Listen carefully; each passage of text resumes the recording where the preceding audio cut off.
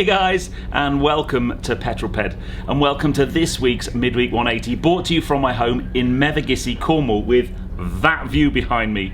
I am still on my holidays this week, having been in Antibes last week. We've now kind of moved ourselves down to Cornwall, but I couldn't not bring you my midweek update. If you've not seen one of these before, this is my midweek update where I bring you my news, views, and information about upcoming reviews, all filmed in one take. I'm going to put 180 seconds in the bottom left-hand corner of your screen, and that's it. A very simple format. So, without further ado, let's get cracking with this week's Midweek 180.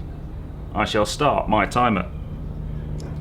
Okay, leader of the pack last week was the Noisy Man X, joined in the famous 5 by Peter Ebling, the Speed Machine 35, Andrew Lord, and the Daily Driver. So whoever puts the first comment this week, you will be my leader of the pack next week, and the first 5 comments you will be in my famous 5.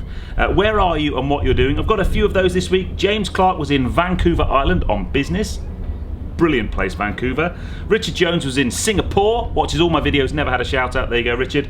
And Rosalie Byrne was in Australia, another person in Australia. So wherever you are right now and whatever you're doing, put it in the comments below and I'll give you a shout out next week. Now, last week's question was about what your tyre pressure settings were. Do you follow the recommended manufacturer settings or go with your own? A complete mix, as I thought there would be. Many of you kind of said that you've worked out your own pressures. For me, I run mine at about 36 on the road, and then if I'm going on a track day, I'll normally drop them a little bit, maybe to 33. This week's question was spurred by the ridiculous Bugatti from last week that cost nearly $9 million. I can't even get the words out. $9 million. So my question is simple. If you had $9 million to spend, what would your top 5 cars be? What would your 5-car garage be? Because you wouldn't just buy one, surely. You'd buy 5. So what would they be? Now, motorsport.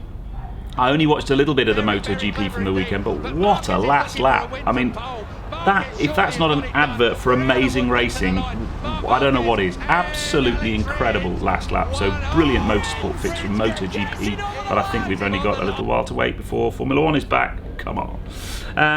And then new car news. Last week's Midweek 180 was very annoying because literally filmed it on Tuesday, then Wednesday morning came out and the new RS6 was launched by Audi. Some pictures while we're talking. And it was too late for me to refilm it again because I was away. But I just think that's one of the best looking cars I've ever seen. Certainly I think the best looking Audi. Super aggressive. It just looks brilliant. Cannot wait to drive it. I know it's going to be exceptionally good.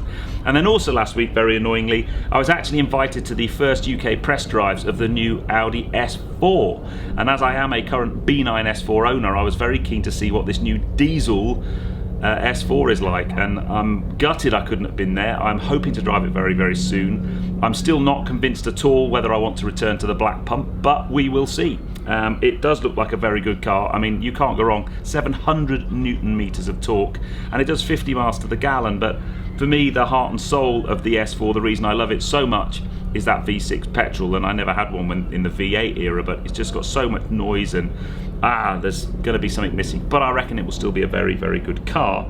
And then this Friday's video at 6, staying with the Audi theme, I've had the Audi TTS Coupe now for 3 weeks, and I've got my first drive impressions, or if you like, my living with impressions on Friday at 6, and that, my dear peddlers, is that. Yeah, I have done best part of 1,700 miles in that Audi TTS Coupe. So on Friday I drove down to Cornwall and videoed on the way and kind of talked about all the things that I found out in my 3 weeks with the car. I've still got another week with it. In fact, this afternoon I'm driving to Wales to do some work tomorrow and then driving back to Cornwall tomorrow evening, so I'm going to get to live with it a lot. But very impressive car. There are some things I'm not so keen on, but overall very impressive car. Tune in at 6 o'clock to find out exactly what I think. And then hopefully you've seen the Monday night video by now, which was the little Abarth 124 Spider rally tribute that I drove some months ago now, actually. But I hope you've enjoyed that one, guys. I have no cold beer waiting in my hand today because I'm driving later, sadly. I know that tortured some of you last week, but from the most beautiful view in Cornwall, I hope you've enjoyed that video. If you have done so, please give me a thumbs up. Comments below are always welcome, and if you haven't done so already, please subscribe to Petrol for plenty more content to come, and I'll see you on the next video, which is this Friday at 6 for living with the Audi TTS Coupe. I'll see you on that field, guys, though, but you take care. Drive safe.